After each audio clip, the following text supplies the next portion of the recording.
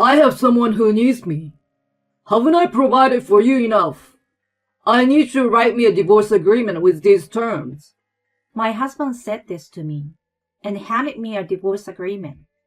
We had been together for 30 years, and yet he treated me this way. But my husband still hasn't realized that I won't just silently back down. I'm a 57-year-old housewife. It's been 32 years since I married my husband. We have a daughter named Layla. But even though we have a child, I never thought I would be married to my husband for so long. I met my husband at work. I met him at the company where I started working after graduating from vocational school. My husband had always had a somewhat eye-catching personality. I felt that right away when I joined the company. He's not extremely handsome or anything, but he seems attractive somehow. He was my trainer when I first joined. When we were together, it was a lot of fun, and I felt excited. I even used work-related questions as an excuse to invite him for drinks. That's how we gradually got closer, and he confessed his feelings to me, and we started dating. I was thrilled to be dating the person I admired, and from there, we dated for about 3 years. We even lived together, and I thought we could continue like this forever. Then he proposed, and we decided to get married. Our relationship had been smooth sailing, so there were no issues. When you date for such a long time, you naturally get to know each other's families. So when we went to announce our marriage, they accepted right away. His parents were easygoing, saying something like, "Oh, that's no problem at all. Go ahead and get married." They were such understanding in-laws that I never experienced any harassment after marriage. In fact, I got along very well with my mother-in-law. She had 2 sons, including my husband, but she had wanted a daughter, so she treated me like a real daughter. Because of that, I visited my in-laws regularly with my husband, and we built a very good relationship. I got along well with my in-laws, but my relationship with my husband was becoming increasingly distant over the years. That's because my husband held on to the old-fashioned belief that housework was the wife's responsibility, and that childcare was solely the mother's duty. I had been troubled by this. Before we had children, I was working a regular job too, so I started work at nearly the same time as my husband, and our return home times were also similar. Despite this, my husband never helped with household chores at all. Even if I asked him to help a little, he wouldn't listen at all. "I'm tired from work. Isn't that the wife's job?" He started saying such things suddenly after we got married, and I was taken aback. During our dating days, he was a gentleman who treated me kindly. So why did he change so suddenly? Well, maybe this is his true nature. Perhaps he concealed his true self when we were dating, believing that once we were married, he didn't need to provide anymore. I suppose that's what it's all about. I was quite shocked, but when we just got married, so I couldn't consider divorce right away. And I didn't want to part with my in-laws, with whom I had a good relationship. And at the time, the disillusioned part was just more noticeable. It wasn't that everything was completely wrong. On weekends, he would take me on drives, suggest going on trips together as a couple, and genuinely try to make time for us as husband and wife. The main issue was that he left all the housework to me. Well, that was the worst part. But I decided I couldn't expect a perfect marriage from the start. So I tried to accommodate him. I managed to balance work and household chores without overexerting myself. Fortunately, he never complained when I made pre-prepared meals, so that helped. With that, I thought we could somehow make our married life work, and I lived each day with that mindset. Then, around 3 years after we got married, I became pregnant with our daughter. It was my first pregnancy, so there were many things I wasn't sure about. but with the support of my mother-in-law and others, I had a safe childbirth, and we named our daughter Layla. Layla was incredibly cute, like an angel. My husband was also very happy when he saw Layla for the first time. However, my husband wasn't cooperative when it came to childcare. Oh, can you change the diaper for a moment? I'm using the stove right now and can't let go. Huh? I don't want to. It's smelly, and I don't really know how to do it. You are the mother. You should take responsibility. But, reluctantly, I paused my cooking and changed our daughter's diaper. However, our daughter started crying loudly, so I had to comfort her for a while. As a result, about 15 minutes had passed since I interrupted my cooking. The dish I had paused was still in the middle of preparation, so even if I resumed, it wouldn't turn out quite as I had intended. My husband complained about dinner being late. I've thought so many times, if that's the case, then you should have changed the diaper yourself. Again, it seemed like my husband didn't like that I prioritized our daughter. Hey, haven't you cleaned the bath yet? Oh, I'm sorry. I haven't done it yet because I was fretting about Layla. What's the matter? I wanted to take a bath since I sweated a lot. Well, you should have cleaned it yourself. What did you say? That's all your job as a wife, isn't it? Are you sure you even know how to clean the bath properly? Don't make fun of me. I can clean the bathroom too, you know. In this way, my husband would often pick arguments. However, he didn't actually know how to clean the bath, and he stood there frozen, not knowing what to do in the bathroom. Oh? Maybe you really can't do it. When I laughed like that, my husband looked frustrated. Of course. I can't do something I haven't been told. That's why I told you to do it. So are you willing to make an effort to learn? It's pointless to keep telling someone who has no intention to learn, isn't it? Well, it seems that my husband finally realized he had made an unfair statement. My bad. But please don't neglect the household chores. After saying this, my husband returned to his room. After that, he never actually did the chores himself, but it seemed like the frequency of his complaints decreased. Later on, our daughter continued to grow and eventually started walking and speaking. I was so happy when she ran up to me and said, "Mommy." She was so sweet and loving that I swore to protect her for the rest of my life. My husband used to be affectionate toward our daughter when she was younger, and I think he had some interest in parenting. In reality, most of the actual care was left to me. As our daughter continued to grow, she progressed through kindergarten and elementary school. She enjoyed her days and would tell me about her experiences at school. I had quit my job after giving birth, so I had spent a lot of time with her, making it easy for us to communicate. However, our daughter didn't open up much to my husband, and I believed it was because of him. When my husband returned from work, he often seemed grumpy, so meal times were usually silent. My daughter couldn't talk to him much either. But then, there were times when he was in a very good mood and talked excessively to our daughter, leaving her confused about how to respond. I raised my concerns to him about his inconsistent behavior. Can you stop changing your attitude towards our child based on your mood? Try to be as kind as possible to our daughter. Otherwise, Layla won't know how to react. Upon hearing this, my husband opened his eyes wide and got angry. Huh? Why should I have to adapt to you and her? I've been working hard to support your lives. How I choose to spend my time at home is my business. My husband expressed his anger in this way. This argument might have been the biggest one we had since our daughter was born. My husband said this and stormed out of the house. Given my emotional state, I was relieved that he left the situation. He didn't come back home that day. The next day, it seemed he went to work from somewhere else, and he returned home a few days later in the evening. We barely spoke as a couple during that time, and I think it was about a week before we had a proper conversation.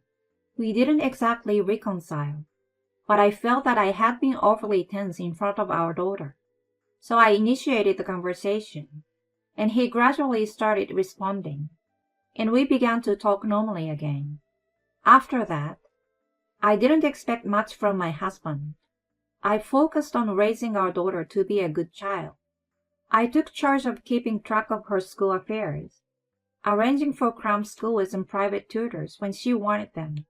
When money became tight, I took on part-time jobs to make ends meet. I took good care of her that way, and she grew up to be a very good girl. She managed to attend a prestigious high school, and later secured a good job at a large company. My daughter, who was a little girl just a few days ago, is now a working adult. I really think that the time flies by so fast. When she started working, she moved out of our home and began living on her own. So, my husband and I were left with an empty nest. Despite everything that had happened before, I found myself becoming more forgiving, and there were considerably fewer arguments. I had been working part-time in an office job since our daughter entered high school, and recently, I've been offered a chance to become a full-time employee. I'm currently contemplating whether to accept it or not. It's a regular job with good conditions, and the salary would significantly improve. However, when I discussed it with my husband, he opposed the idea. What about household chores and meals? I don't want it to be delayed again. I will manage that properly. No, it's still not okay. You can say anything with just words. Once you take on this role, it will be difficult to go back to being a part-timer. It's not like our life is difficult right now, so why not stay as a part-timer? This is how my husband opposed my promotion to a full-time position. I could have argued back at this point, but it would have caused a lot of trouble. Well, my husband was right. Our life wasn't particularly challenging, so I thought it was fine. I apologized to the company for not accepting their offer and continued as a part-timer. A few years passed in the blink of an eye, and several years went by without any significant changes in our life together. We continued with the same routine day in and day out. In the midst of this, our daughter announced that she was getting married. It was quite a big piece of news, and both my husband and I were surprised. Her husband seemed like a wonderful and trustworthy person. We had a successful meeting between the two families, and the wedding was a beautiful event. Seeing our daughter so happy made me incredibly happy. Then, about 2 years later, our daughter announced that she was pregnant. I was incredibly surprised by the news and looked forward to becoming a grandmother. She had been working, but she wanted to take maternity leave early and return to her parents' home to prepare for the birth. However, when my husband heard this, his expression darkened slightly. Is it okay for your husband to handle household chores and such? Oh, it's perfectly fine. We both worked and shared household duties when we were living together. He can manage life on his own without any problems. I see. I felt like my husband was somewhat opposed to the idea of our daughter coming back home. Is there something wrong? Huh? What do you mean? Well, it just feels like you're opposing her decision to come back home for the childbirth. No, it's not like that. My husband was clearly flustered. In times like this, my husband is hiding something. It seems our daughter noticed it too. Is there something wrong? I've told you there's nothing. Stop insisting. My husband's expression turned sour. Fine. Do whatever you want, including giving birth at your parents' place. Eventually, he said this in a resigned manner. Whenever my husband's mood soured, he would react like this. But at this point, neither I nor my daughter cared. Responding to him every time was exhausting, so our daughter quickly packed her belongings and temporarily moved back to our house. During that time, I spent leisurely days cooking with her. In the midst of this, my daughter asked me about something. Did Dad use hair products and stuff? Huh? I noticed there are various items added to Dad's shelf in the bathroom, like these wipes to wipe off sweat. I've never seen him use anything like this before. Now that you mention it, you're right. I hadn't noticed until my daughter pointed out. I guess I was indifferent to it. Then, I thought that maybe the reason my husband didn't want our daughter to live with him was related to this. Maybe he's hiding something. Could it be that he didn't want you to find out about it, which is why he was hesitant about your return for the childbirth? It seems like it definitely related to women. Men, who aren't usually concerned about fashion and grooming, suddenly starting to care usually means something is up. Huh? But he's almost 60 now. Well, there are women who are interested in much older men, and with financial stability. There are women who would be interested in him too. I see. How about we confront him a bit? Huh? My daughter said that, and called my husband into the living room that evening. What's this about? What do you want to talk about? Dad, you're having an affair, right? What? An affair? Yeah, my classmate saw you. Must be a mistake. Maybe your classmate confused me with someone else? No, she said it was definitely you. There are no photos or anything to support that claim. Dad, why haven't you denied it even once since earlier? Huh? Normally, if you weren't having an affair, you would say I'm not having an affair, right? But Dad, your initial response was about how it might be a case of mistaken identity. That sounds like you're having an affair, but want to make sure it's not discovered. That's what that response suggests, right? That's just a stretch. I think it might be better to confess now while you have the chance. It might result in lower settlement fees, don't you think? When my daughter said that, my husband confessed. I have someone who needs me. I was surprised by his words. Wait, are you admitting it? Yeah, I'm having an affair, but we truly love each other. Dad, that's terrible. Betraying mom like this. My husband looked annoyed and said to me, I've provided enough for you. I will pay alimony and property division. It adds up to about $53,000. Please write the divorce agreement with these terms. He said this and handed me a divorce agreement. I don't know when he prepared it. I guess he had it in his bag the whole time. Despite being together for 30 years, was he willing to treat me this way? But he still hadn't realized that I wouldn't just silently accept it. Fine, I will agree to the divorce. Is that so? Good. With this, I can be with her without any worries. To be honest, being with you, except for doing household chores, has been tiresome.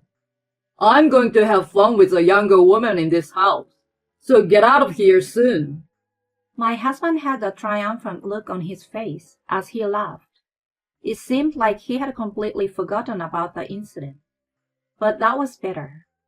I quickly wrote up the divorce agreement and submitted it. My husband went to his affair partner's place for a while and waited for us to move out. I immediately changed the locks on the house. About a week later, the intercom at home rang multiple times. Hello? Who is it? It's me. What the hell are you doing? Oh, is this a sales visit or some kind of prank? Please stop this. Don't mess with me. It's me. My husband was shouting angrily through the intercom. Beside him, there was a young woman. Why did you change the locks without permission and occupy the place? Get out of my house! My husband yelled like that. I calmly responded, You seem to have forgotten, but this house is in my name. Huh? Isn't this a house I inherited from my father when he passed away? How could you mistake it for your house? It seemed like he suddenly remembered, and his face turned pale. What the hell is going on? You told me you own a house in a prime location in New York. We got married and now you're telling me. This is fraud. I'm breaking up with you, just an old man. The woman he was having an affair with said that angrily and left the scene. She had committed adultery herself, yet she was acting selfishly. Well, considering she got into such a relationship with a man about 40 years her senior, and even married him for money, she must have taken quite a hit. It's likely to become a dark chapter in her life. The husband, who was left behind, approached me, seeking help, feeling quite isolated. Come on, let me in. What? Why should I let a complete stranger into my house? We were still a couple, right? We are divorced now, so you're practically a stranger. But we are parents to the same child, so we are still family, right? Dad, please stop. I don't consider you my father anymore. Let's use this opportunity to cut ties. Layla, please don't say such sad things. For now, you've been lingering here for a while, and it's becoming bothersome. Could you please leave? Or should I call the police? What? The police? After hearing those words, my ex-husband hastily fled. At his age, getting into legal trouble would be disastrous, especially given the financial strain caused by property division and alimony. So he couldn't afford any additional expenses. After that, I hired a lawyer to claim compensation from my ex-husband and his affair partner. I ensured that their wages would be garnished if they failed to pay, so there shouldn't be any issues with receiving the payment. My ex-husband had already lost his home, and even his own brother had abandoned him, mainly because I had informed them about his affair beforehand. As a result, my ex-husband ended up living alone in a rundown old apartment. Currently, he seems to be experiencing loneliness while spending his days simply repaying his debt. On the other hand, I had a peaceful time during my stay at my parents' house, finally getting the chance to meet my long-awaited grandchild. Furthermore, my daughter and her husband purchased an apartment nearby to our family home. Now, we regularly meet with my daughter's family and grandchild, enjoying happy days together.